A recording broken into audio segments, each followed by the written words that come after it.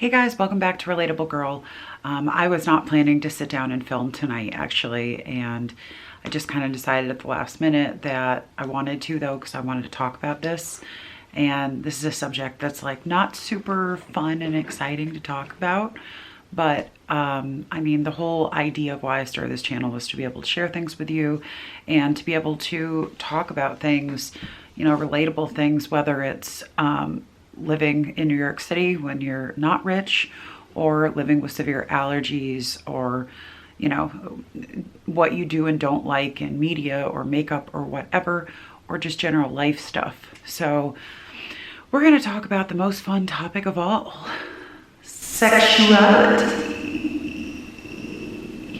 I first started like really noticing that I was different from other people when I was probably about 9 or 10, because at that time, all of the other kids were sort of growing up and out of the cooties stage, which I had not left yet. I was very firmly in the cooties stage.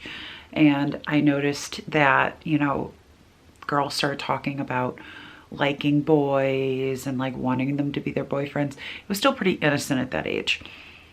But I remember very clearly this one time I was like taking a bath and I was thinking about my plans for my future, because I was that kid. I was like making my future career plans, and I was like, I'm going to be an author. I'm going to be making jewelry. I'm going to have this apartment. I'm going to have this exciting life. And I remember thinking, oh yeah, I guess I have to get married. And thinking like, okay, fine. Well, if I have to get married, then I guess I can if I have to. And it was like something I really didn't want to have to think about though, because I didn't want to. You know, one of the points where I look back at that, I'm like, okay, that was already pretty weird. But, you know, it continued that way where all the other kids my age were always just kind of like going past me, and then they went into the phase of like everybody wanted to make out with each other, and I was still very much in the cooties phase. And at this point, which was like 12 or 13, you know, I was like, oh, gross. And I kind of just thought like, you know, I would grow out of it and whatever, but I was like, guys, we need to prioritize what's important, and that's playing Star Wars. You know, I'm still Princess Leia. I've got a job to do. Let's play Star Wars. Let's read Star Wars books. Let's run around at recess, you know, whatever. And it was around that same time that I started going to church, and I was hearing a lot of things at church about how women needed to dress modestly so they wouldn't tempt men. And I think a combination of that and hearing about that over and over and over again, and the fact that I was already starting to hate my body and the size that I was, even though I wasn't a big teenager, I had already been, it had already been pointed out to me that I was bigger than other teenagers though, many times. And I had already been told that I needed to lose weight, and already been just treated really badly for being a fat kid when I wasn't even a fat kid. Like now I can actually say like, hey, I'm a fat kid now, but I was not then. It created not only a super negative body image and idea of bodies in general, but it also created a very like sex negative idea of that it was something like disgusting and wrong. And it was sort of around that time, with all these like conflicting things happening, and me fighting with, you know, thinking that I was really overweight and that my body was disgusting and ugly, but also sinful and, you know, shameful.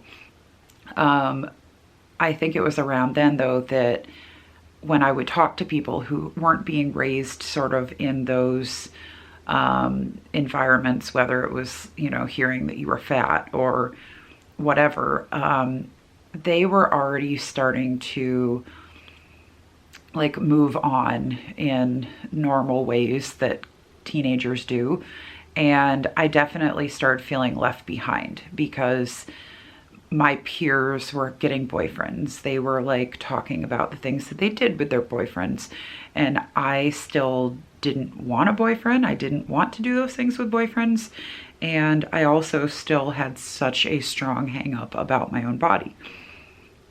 It's taken like literally decades to try to work with that. And the funny thing, not really funny, but kind of ironic thing, is that now I am the fattest I've ever been in my life.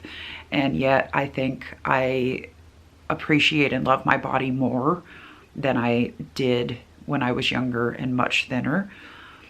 Do I still struggle? Absolutely, every day.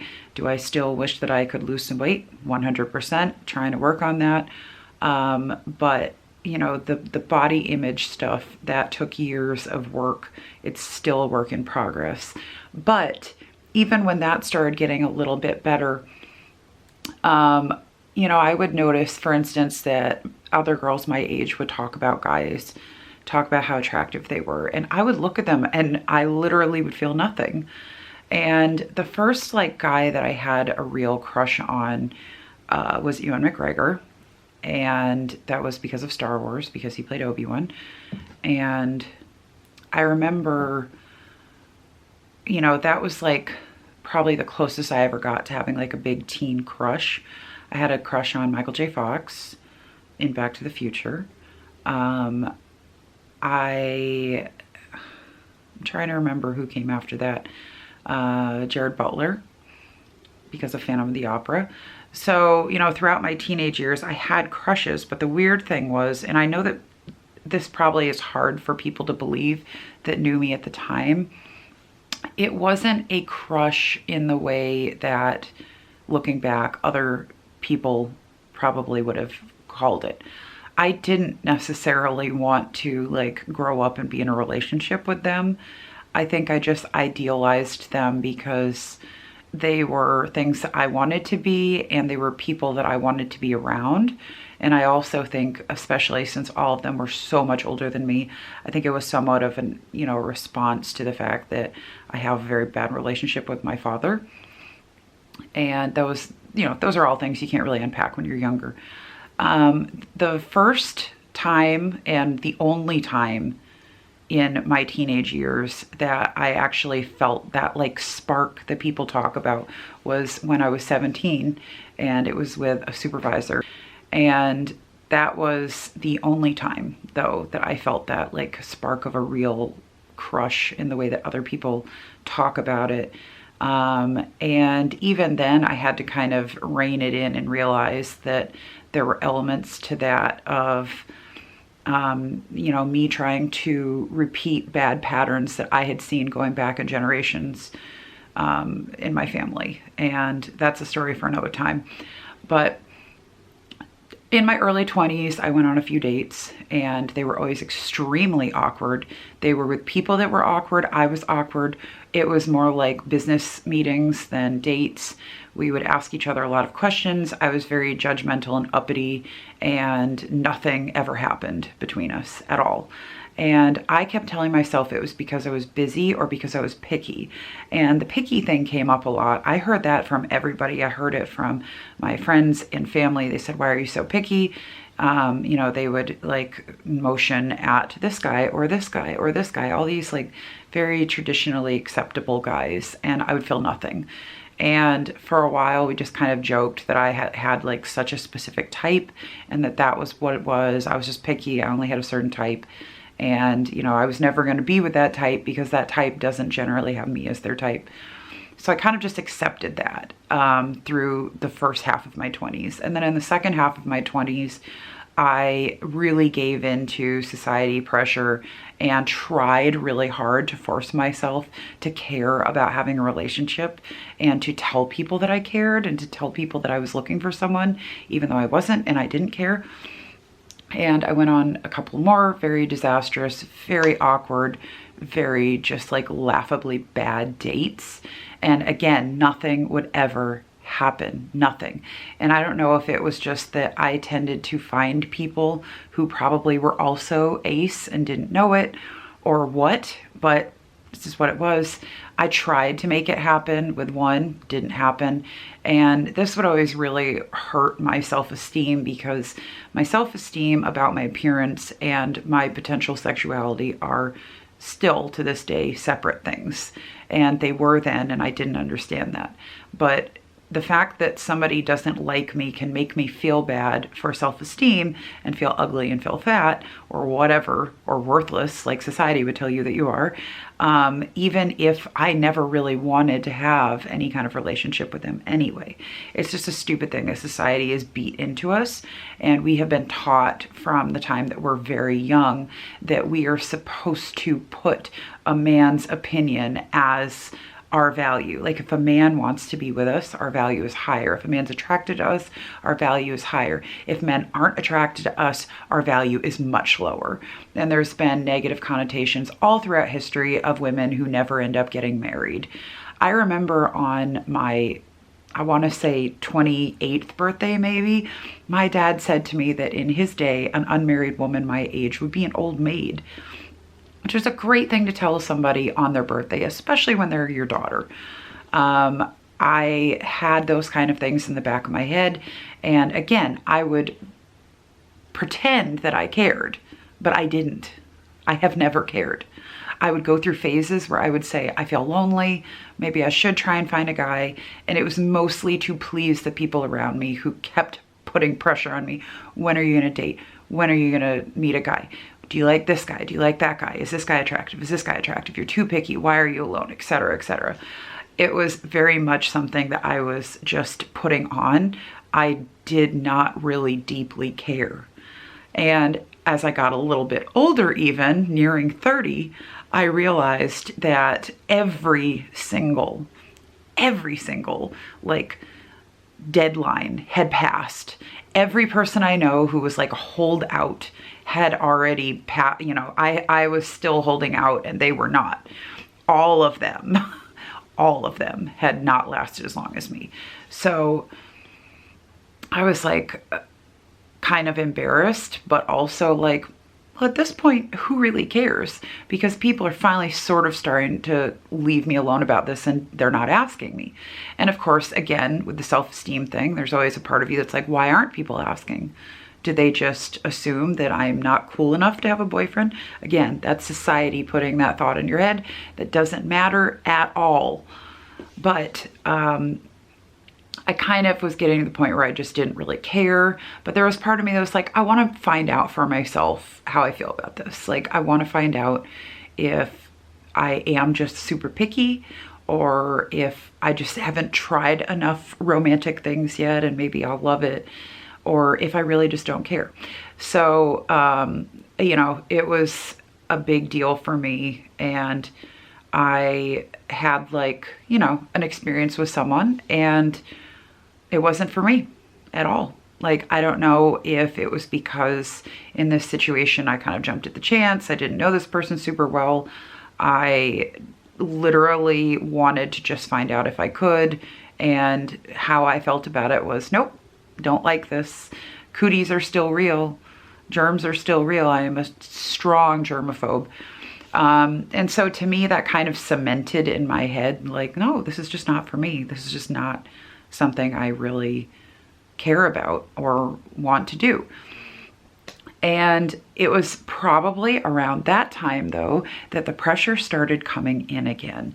And this was special levels of pressure. This was like the serious guilt kind of pressure about, you know, why don't you have a partner? You shouldn't be alone. People shouldn't be alone. People aren't made to be single. People aren't made to be alone. And that pressure has, honestly, it has not let up. It's gotten worse in the last couple of years. But even with that pressure, the idea for me personally of trying to force myself to do something like that when it's literally never been something I've cared about is horrifying and makes me feel sick. I'm not going to say that this might not be something that at some point will change, maybe a little, maybe a lot. I don't know. I think these things are fluid and weird for everybody. But I can say this, if you think you're the last person out there who doesn't care about romance or, you know, having a partner, and you think you're all alone and you're, let's say, 22, no, you're not alone. And you're not the last one. Trust me, I'm the last one and will probably continue to be the last one. Occasionally I, get jealous of people who have like a person who loves them and buys them gifts and thinks they're the best person in the world. Like sometimes that makes me sad and jealous, just like anybody. Or I see cute couples and they're like doing cute things together and whatever, and sometimes I feel that way. Or I see people that are genuinely like a really good team and they get along super well and they help each other out with stuff and they help each other pay the bills, and I think that would be really great. That'd be cool. But again, the thing is, one of the really important aspects of that relationship for most people is something that I just have not found up until this point, and I don't know that I will, is something that I care about. And I don't think it's that I'm picky. I don't think that. I don't think that anymore. I used to go along with it's because I'm picky and I'm weird and I have weird taste. And now I've realized that no, I just don't care. I really don't. I didn't ever. There have been a few people, and when I say a few, I mean probably we can count them on one hand, that I've thought, maybe. That's not many. I don't know what will happen in the future. And I also should have started this video by saying, but I will end this video by saying, any of these things are my personal experience. I am not speaking for everybody in like the ACE community. And obviously, again, I don't know what's going to happen in the future, but I wanted to be able to sort of share this with you because it was only a couple years ago that my friend Crystal introduced the idea to me that maybe I'm not as weird as I thought I was. I'm not alone. There are other people like us. It's okay. It's not that we are disgusting or broken or rebellious or, sick. Like those, I feel like, are sort of the like stereotypical things that are said about people like me who identify as ACE. I feel like we are put in one of those categories that, we're disgusting, there's something wrong with us, or that we're rebelling against nature, or that we're just like gross and unattractive or whatever. And those things aren't true. It's just the way that some people are, just like with anything else. And if there are people in your life that are trying to pressure you to do something that makes you extremely uncomfortable, I know that it can be really hard and scary, but I want you to also know that you are not alone. There are other people like us out there. And no matter what that pressure is that they're trying to put on you, you don't have to do that. You don't have to. Not wanting to have a romantic or sexual relationship is okay. There's nothing wrong with it. You're not broken. You're not weird. You're not disgusting. You're not forgotten.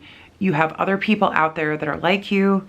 That is something that is not your choice. It's just how it is for some people, and that's okay. And if having really strong friendships is something that will help fulfill those other roles in your life of having like a partner, then I would suggest you focus on your friendships. Like that's something that I've always done. I've always focused so much on my friendships, and times where I argued or like broke up with friends were just as horrible for me as going through a real breakup. So I have focused very much on my friendships, and I have some amazing, very long-standing, very fulfilling friendships that I'm so grateful for. And I wouldn't trade those for a bad date with some rando just because the pressure is on. So anyway, this is a topic, again, I want to talk about, and it's late at night. I have almost no makeup on, so I apologize, but that's what we do here. We are real and we are relatable. So just wanted to talk about this with you.